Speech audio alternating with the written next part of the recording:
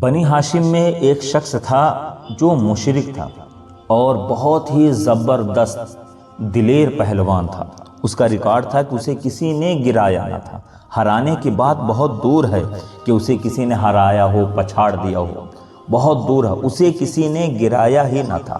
وہ ایک جنگل میں رہا کرتا تھا اور بکریاں چراتا اور مالدار بھی تھا۔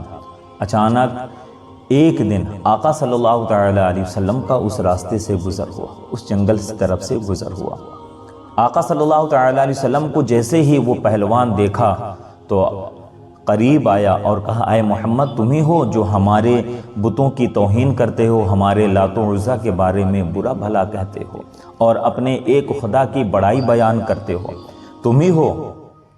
یقیناً اگر میرا تعلق تجھ سے رحمی کا نہ ہوتا تو میں آج تجھے مار ڈالتا، لیکن میں تمہیں کشتی کی دعوت دیتا ہوں۔ اگر تم مجھ سے کشتی لڑو اور دیکھتے ہیں کہ تمہارے خدا میں زیادہ طاقت ہے کہ میرے لات و عزیٰ میں زیادہ طاقت ہے، تمہارا خدا تمہاری مدد کرتا ہے یا میرا لات و عزیٰ میری مدد کرتے ہیں؟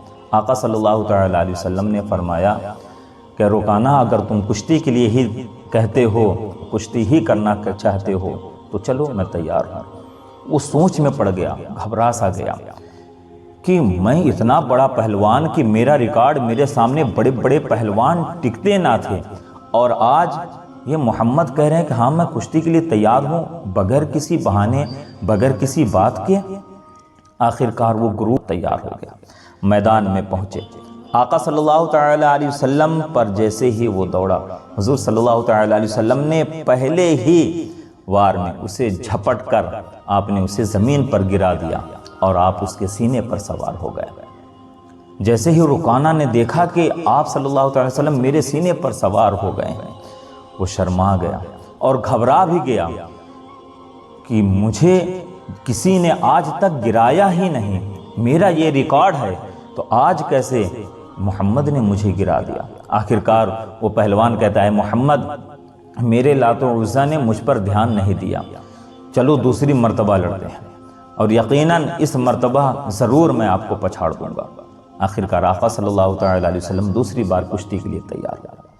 دوسری مرتبہ جیسے ہی کشتی شروع ہوتی ہے، آقا صلی اللہ تعالی علیہ وسلم پر وہ جیسے ہی دوڑتا، حضور صلی اللہ تعالی علیہ وسلم اسے پھر زمین پر پٹک دیتے ہیں۔ وہ رکانہ پہلوان پھر کہتا ہے کہ اے محمد تمہارا خدا تم پر مہربان ہے، تمہاری مدد کر رہا ہے، لیکن میرے لات و عزیٰ میری مدد نہیں کر رہے ہیں، ایک مرتبہ اور کشتی لڑتے ہیں۔ آقا صلی اللہ تعالی علیہ وسلم نے فرمایا ٹھیک ہے۔ آقا صلی اللہ تعالی علیہ وسلم جب تیسری مرتبہ کشتی ہوئی، پھر آپ نے اس پہلوان کو پھر زمین پر گرا دیا، اسے پچھاڑ دیا۔ وہ پریشان اور وہ کہنے لگا کہ اے محمد یقیناً آپ کا خدا آپ کی مدد کر رہا ہے، اور وہ بڑا شرمندہ ہوتا ہے اور کہتا ہے، اے محمد میری ان بکریوں میں جتنی آپ کو چاہیے آپ اتنی مجھ سے لے جائیے۔ آقا صلی اللہ تعالی علیہ وسلم نے فرمایا کہ مجھے تمہارے مال کی ضرورت نہیں ہے، ہاں مسلمان ہو جاؤ تاکہ تم جہنم سے بچ جاؤ۔ وہ بولا، اے محمد مسلمان تو ہو جاؤں مگر نفس جھجکتا ہے، میں ڈرتا ہوں کہ لوگ کیا کہیں گے، بچے کیا کہیں گے، عورتیں کیا کہیں گے کہ اتنا بڑا پہلوان کہ جس کا چرچا تھا، جس کی شہرت تھی، لوگ اس کے سامنے کھڑے ہونے سے ڈرتے تھے، اور وہ محمد سے ہار کر اسلام قبول کر لیا، مسلمان ہو گیا۔ آقا صلی اللہ تعالی علیہ وسلم نے فرمایا، تیرا مال تجھی کو مبارک ہو۔ یہ کہہ کر آپ صلی اللہ تعالی علیہ وسلم وہاں سے تشریف لے آئے۔ ادھر حضرت ابو بکر اور حضرت عمر رضی اللہ تعالی عنہ آپ کی تلاش میں تھے اور یہ معلوم کیے کہ آقا صلی اللہ تعالی علیہ وسلم کا اس جنگل کی طرف، اس رکانہ پہلوان کے گھر کی طرف سے آپ کا گزر ہوا ہے۔ آپ پریشان ہوتے ہیں کہ کہیں ایسا نہ ہو کہ وہ آپ کو نقصان پہنچائے۔ آخرکار کچھ دور چلتے ہیں، کیا دیکھتے ہیں کہ سامنے سے آقا صلی اللہ تعالی علیہ وسلم تشریف لا رہے ہیں۔ آقا صلی اللہ تعالی علیہ وسلم کو دیکھ کر دونوں حضور کی خدمت میں حاضر ہوئے اور عرض کیا، یا رسول اللہ آپ ادھر اکیلے کیوں تشریف لے گئے تھے، جبکہ اس طرف رکانہ پہلوان جو بڑا زور آور اور دشمن اسلام ہے؟ حضور یہ سن کر مسکرائے اور فرمایا، جب میرا اللہ ہر وقت میرے ساتھ ہے، پھر کسی رکانہ پہلوان سے ڈرنے کی کیا بات ہے، لو اس رکانہ پہلوان کا قصہ سنو، کہانی سنو۔ چنانچہ آقا صلی اللہ تعالیٰ علیہ وسلم نے سارا قصہ حضرت صدیق اکبر، حضرت فاروق اعظم کو سنایا۔ آپ دونوں سن کر مسکرانے لگے، ہنسنے لگے۔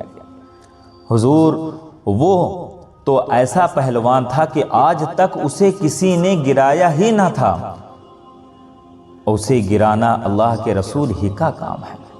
نہ محترم ناظرین کرام، ہمارے حضور صلی اللہ تعالیٰ علیہ وسلم ہر فضل و کمال کے منبع و مخزن ہیں، اور دنیا کی کوئی طاقت حضور صلی اللہ تعالیٰ علیہ وسلم کے مقابلہ میں نہیں ٹھہر سکتی، اور مخالفین کے دل بھی حضور کے فضل و کمال کو جانتے ہیں، لیکن دنیا کی عار سے اس کا اقرار نہیں، دنیا کے ڈر سے، دنیا کے خوف سے اس کا اقرار نہیں کر پاتا۔